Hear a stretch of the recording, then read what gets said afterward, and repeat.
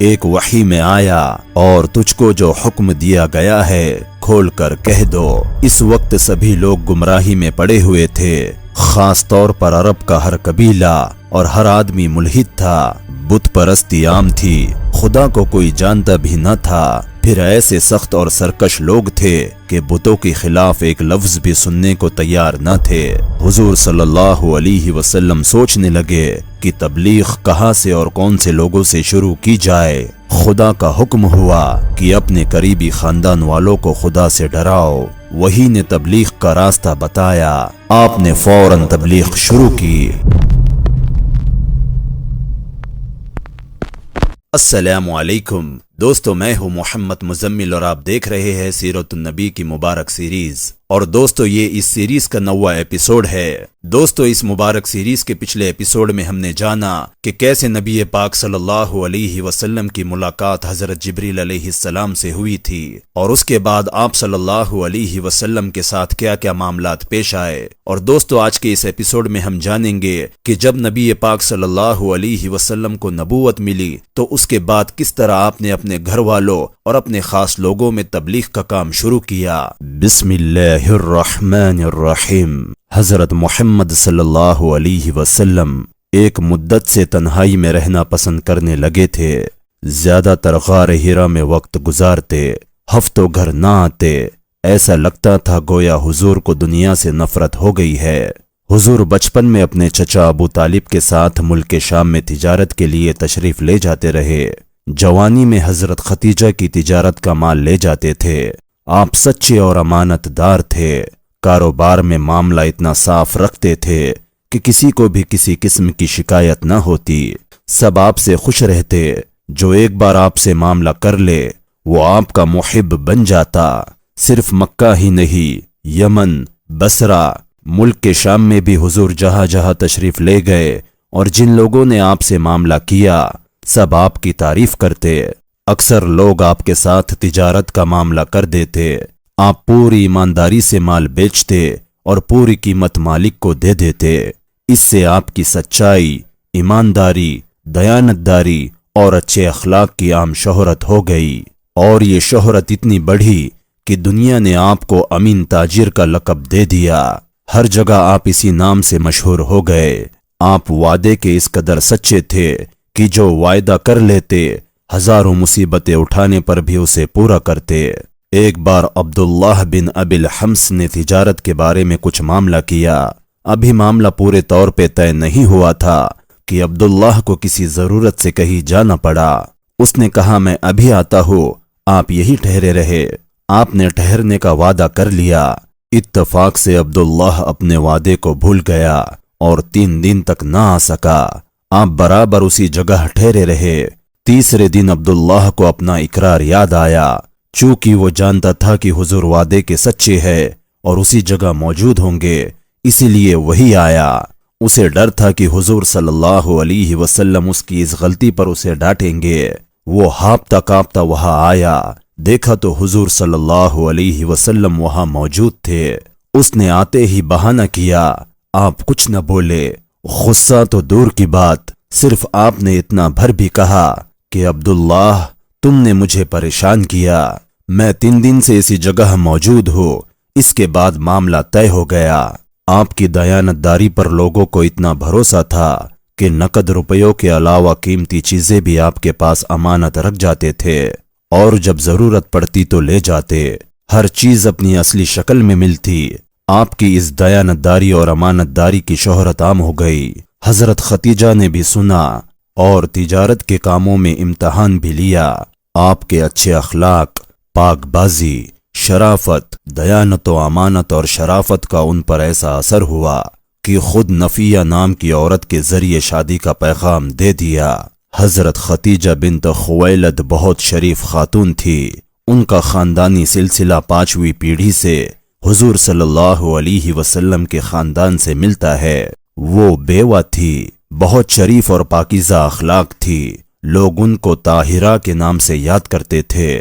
دولت مند اتنی تھی کہ جب مکے والوں کا قافلہ تجارت کے لیے روانہ ہوتا تو اکیلا ان کا سامان تمام قافلے کے سامان کے برابر ہوتا تھا۔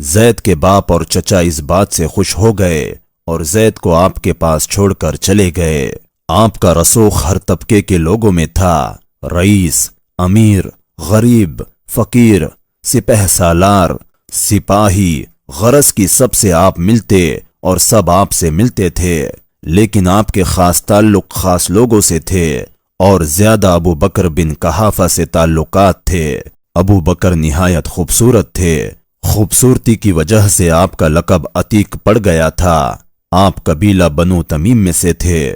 خون بہا اور تاوان کا فیصلہ کرنے کے لیے آپ حاکم بنائے جایا کرتے تھے۔ آپ کا فیصلہ تمام قبیلوں کو بے چون و چرا ماننا پڑتا تھا۔ بہت امیر تھے، مصر و شام کو تجارت کی غرض سے جایا کرتے تھے۔ تمام قبیلوں میں آپ کا اثر و رسوخ تھا۔ چھٹی پیڑھی میں آپ کا خاندان حضور صلی اللہ علیہ وسلم کے خاندان سے مل جاتا ہے۔ عثمان بن عفان آپ کے داماد تھے۔ حضرت عثمان کی نانی حضور صلی اللہ علیہ وسلم کے والد حضرت عبداللہ کی سگی بہن تھی، جو حضرت عبداللہ کے ساتھ جوڑوا پیدا ہوئی تھی۔ اس طرح حضرت عثمان حضور صلی اللہ علیہ وسلم کی پھوپھیزاد بہن کے بیٹے تھے۔ نہایت مالدار، بڑے سخی، بڑے شرمیلے تھے۔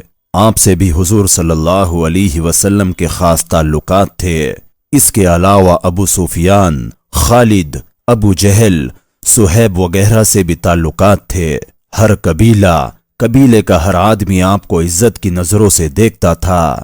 اکثر لوگ آپ کی لڑائی کے وقت آپ کو حکم قرار دیتے تھے، آپ کے فیصلے کو مانتے تھے، لیکن جب سے آپ غار ہرا میں زیادہ وقت لگانے لگے تھے، اس وقت سے آپ نے لوگوں سے ملنا جلنا چھوڑ دیا تھا، اور جب سے آپ پر وحی آنی شروع ہوئی تو آپ چپ چاپ رہنے لگے تھے۔ حضرت ختیجہ کو آپ کی خاموشی سے بڑی فکر ہو گئی تھی، کسی کام میں دل نہیں لگتا تھا۔ حضور صلی اللہ علیہ وسلم خاموش بیٹھے تھے کہ حضرت علی آ گئے۔ حضرت علی آپ ہی کے پاس رہتے تھے، عمر میں بہت چھوٹے تھے۔ خاموش دیکھ کر انہیں کچھ کہنے کی ہمت نہ ہوئی۔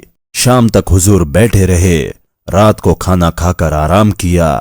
اس کے بعد وحی آتی رہی۔ ایک دن آپ پہاڑ کے دامن میں بیٹھے ہوئے تھے کہ حضرت جبریل تشریف لے آئے اور انہوں نے وضو کیا۔ حضور صلی اللہ علیہ وسلم نے بھی اسی طرح وضو کیا جس طرح حضرت جبریل نے کیا تھا۔ پھر حضرت جبریل نے نماز پڑھی۔ اس دن سے حضور نماز پڑھنے لگے۔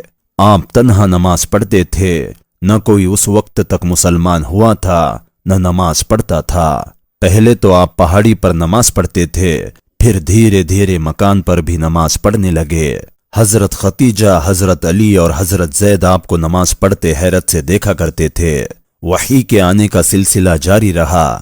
ایک وحی میں آیا، اور تجھ کو جو حکم دیا گیا ہے کھول کر کہہ دو۔ آپ رب کے اس حکم کو سن کر پریشان ہو گئے۔ آپ کی پریشانی صحیح بھی تھی۔ اس وقت سبھی لوگ گمراہی میں پڑے ہوئے تھے، خاص طور پر عرب کا ہر قبیلہ اور ہر آدمی ملحد تھا۔ بت پرستی عام تھی، خدا کو کوئی جانتا بھی نہ تھا۔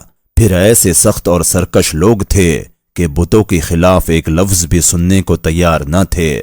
حضور صلی اللہ علیہ وسلم سوچنے لگے کہ تبلیغ کہاں سے اور کون سے لوگوں سے شروع کی جائے۔ خدا کا حکم ہوا کہ اپنے قریبی خاندان والوں کو خدا سے ڈراؤ۔ وہی نے تبلیغ کا راستہ بتایا۔ آپ نے فوراً تبلیغ شروع کی۔ سب سے پہلے آپ صلی اللہ علیہ وسلم نے حضرت ختیجہ کے سامنے خدا کی تعریف بیان کی۔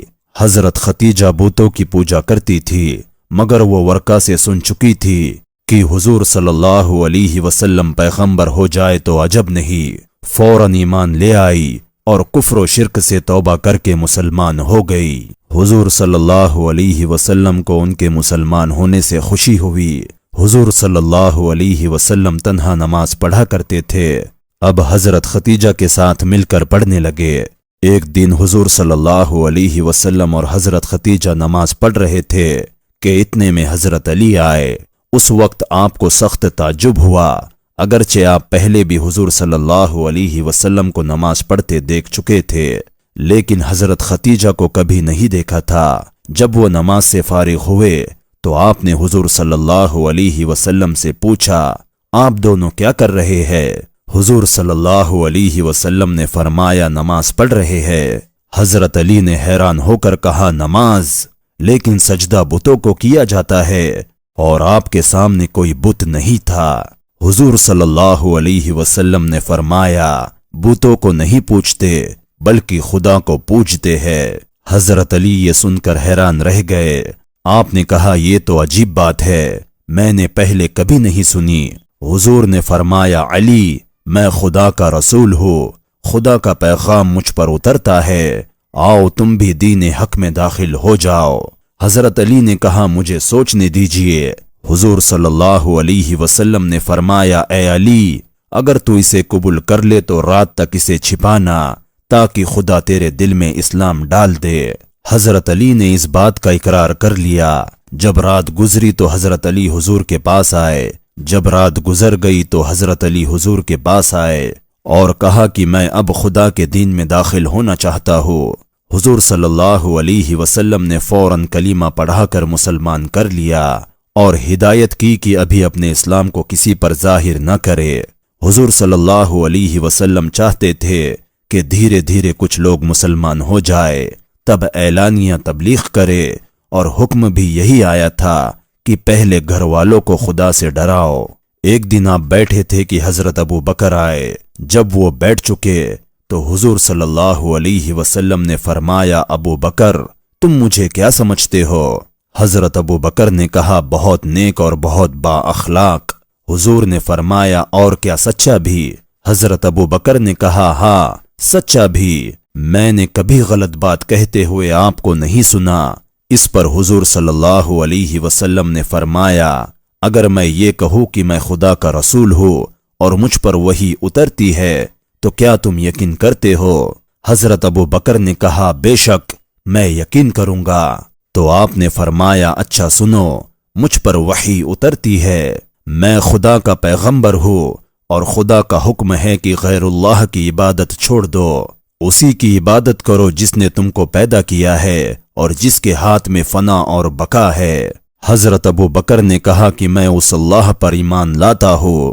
آپ کو یہ سن کر بے حد خوشی ہوئی اور حضرت ابو بکر کو سینے سے لگا لیا، اور تھوڑی دیر بعد حضرت ابو بکر چلے گئے۔